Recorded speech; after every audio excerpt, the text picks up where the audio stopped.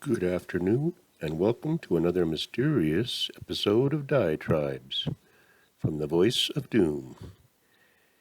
And now here's your paradoxical and seeking spirit, Voice of Doom. Hello. It's a weekend, and I'm noticing that disasters and chaos tend to take the weekend off, regroup. Not much happens on weekends. The disasters usually happen on a Tuesday. I don't know why. But since I did such a contrite and introspective episode last time, I thought it would be a good time to continue with the history of religion as I've understood it.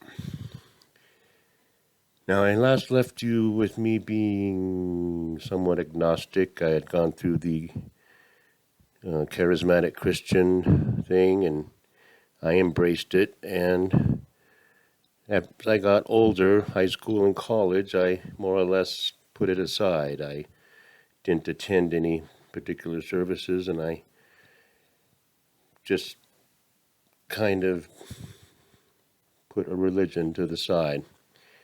I did in the 80s have a band that was rather left-wing, rather revolutionary, and we did lambaste organized religion as far as the televangelists go, because in the mid-80s they were running rampant with corruption and hypocrisy and greed. So that was my only real acknowledgement of religion, is pretty much lambasting them through song. And what happened was I was in the middle of being a small fish in a small pond, and I had a record store, and I was part of the scene, part of the alternative music scene and the underground, and we were toying with the idea of maybe starting a nightclub or a non-alcoholic club, perhaps, because all the people who liked alternative were pretty young. But we moved to LA. Now, in 87, I was doing all that.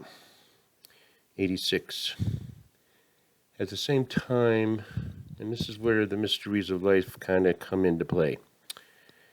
Because out there in the world, I don't know for sure, but if you're still with us, I don't see any reason why you wouldn't be.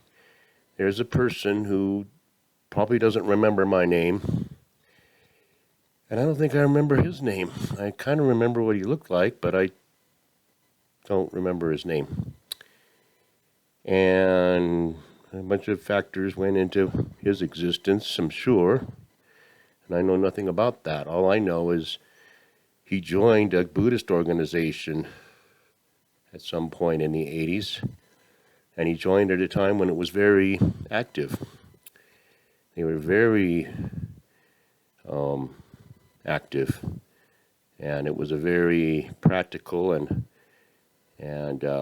hands-on religion. It wasn't just go to church once a week. It was every day there was activities. It was like Scientology, or it was like Jehovah's Witnesses, where they lived their belief and went out and propagated, because that's the key to any success for religion, for any religion, is propagation. If you don't get more people to practice the religion, you don't, build.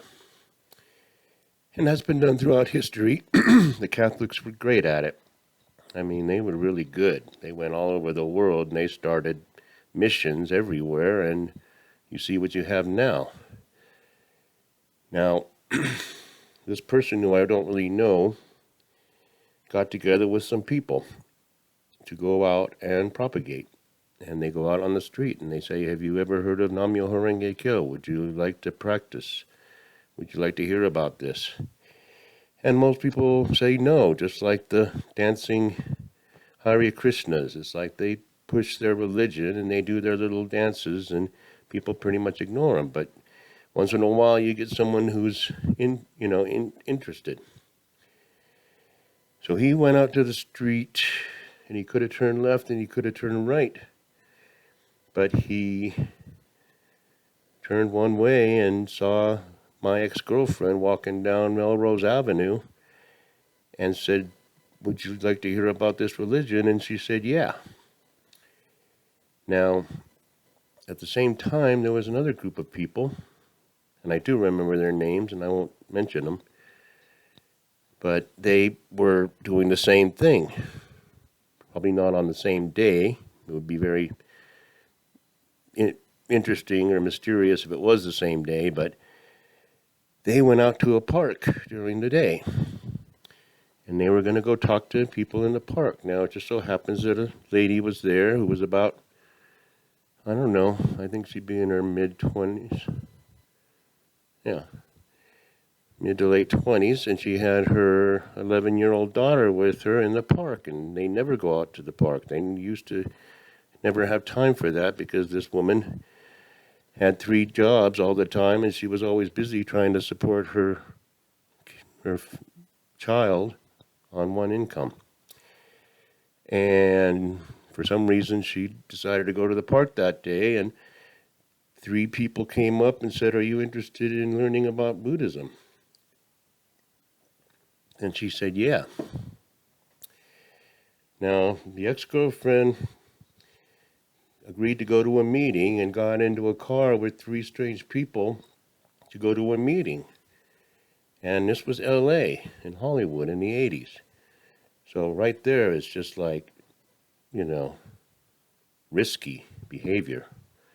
It's faith that maybe the truth is here. They could have taken her anywhere. They could have driven her anywhere and done anything. And they took her to a Buddhist meeting. And she was intrigued by it, and she decided to try it and became a Buddhist. And this woman with her daughter did the same exact thing, got into a car with 3 strangers and her daughter to go to a meeting that she knew nothing about, didn't know who these people were. She just decided, yes, she'll get into a car. And they could have taken her anywhere and done anything. But they took her to a Buddhist meeting. Now, she became a Buddhist against all odds because she was raised as a Catholic and she was a seeking spirit, and maybe it was the right thing at the right time for some reason, because that changed everything for me. Because when I was busy running my record store and playing gigs with my industrial anarchy band, my ex-girlfriend called once in a while, and then she called and said, "You got to check out this Buddhism, this chanting." And I'm like, well, I'm open to anything.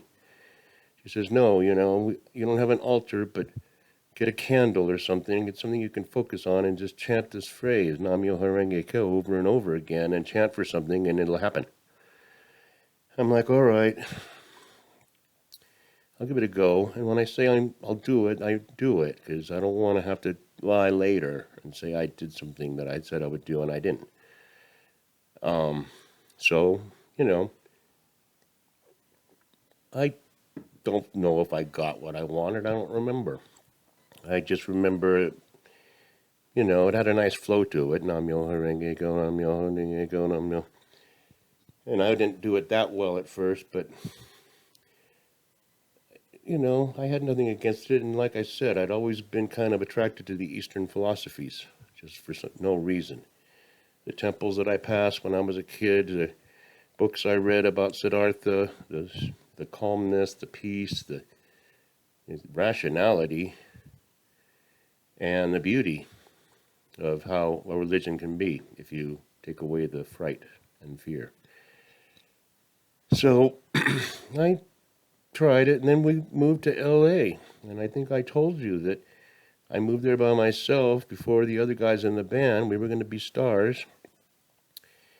And she took me to a meeting. My ex-girlfriend said, "We're going to a meeting," and we went. And I heard a crowd of people chanting to a scroll in an altar. And I smelled the incense, and it sounded melodious, it sounded harmonious. And I sat in the kitchen and started talking philosophy with somebody. And then they come in and say, one leader says, you should come out and chant. And I'm like, well, I'm just going to jump in and start doing this. And I did, just to be part of the crowd. It's like you go to some Hindu meeting or some Hare Krishna and you might dance with them or try to do whatever they do. So I did. And they said, you should join. And I said, it's a little early. I just moved to LA like yesterday. And I think they realized, yeah, this guy has no ties. And we can get him to join right away.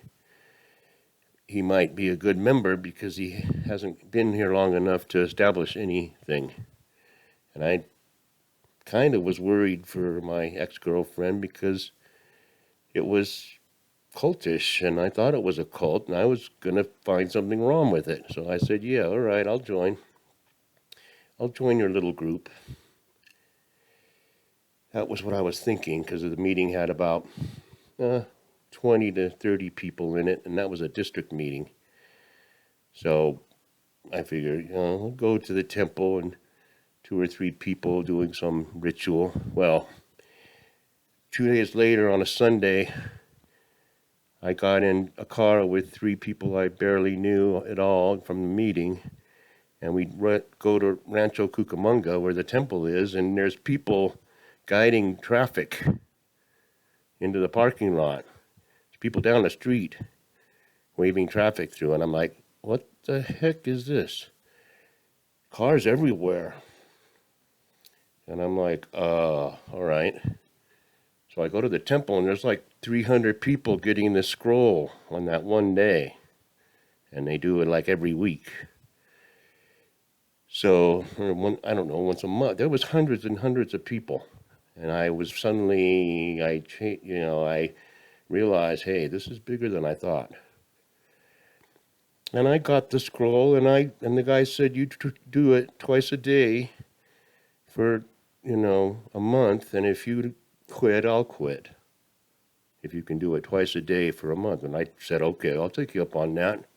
And it's grueling at first because the liturgy was very long and time-consuming, and you had to learn Sanskrit, Chinese, Japanese, a Japanese, old Japanese, derived from Sanskrit and Chinese characters. Is very complicated, but you do the liturgy in Japanese, and then you chant Nam Myoho Renge Kyo.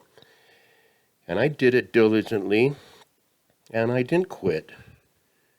And I was bound and determined to prove that this was a diabolical cult, because I didn't like those kind of organizations that prey on people's faith. And so I studied, and I read everything I could get my hands on, and they noticed I was doing that. And they encouraged me to keep reading and keep looking for problems. And the more I read, the more I couldn't find anything to disagree with. I could not find anything. I might have been at odds at the time with some of the philosophy and teachings of the leader, and they did have a hierarchy. And the leader is a great man, and he's still alive, and he's the closest thing to a Buddha we probably have on this planet. Nobody knows who he is. But I couldn't find anything fundamentally wrong. And I went to a meeting. I went to many meetings because they knew I was wide open. And I did activities like 5 days a week. I was lucky to have any time off, and I'm saying I got to learn to say no, and it's like I can't say no. I'm a pushover, so I was very active. And I met a girl there who had a daughter, and we met at a meeting, and months went by, and we ended up dating, and we ended up having 2 kids together. And I was there when she left to go into the state of coup, non-substantiality. So you see how that stranger had an impact on my life. Everything was because that person made that choice. My wife went to the park for some strange reason, and three strangers took her to a meeting against all odds and against even, public safety. So I wonder if I've had an impact on somebody like that, and I have no idea that I did. Did I do something at some point in my life that changed other people's lives?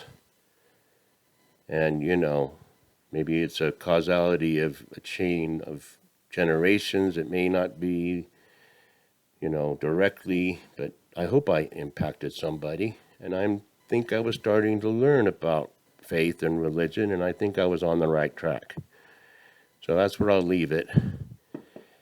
And I think I got through what I wanted to for this segment, because I'm going to continue on my next segment, not coming up, but another history of religion.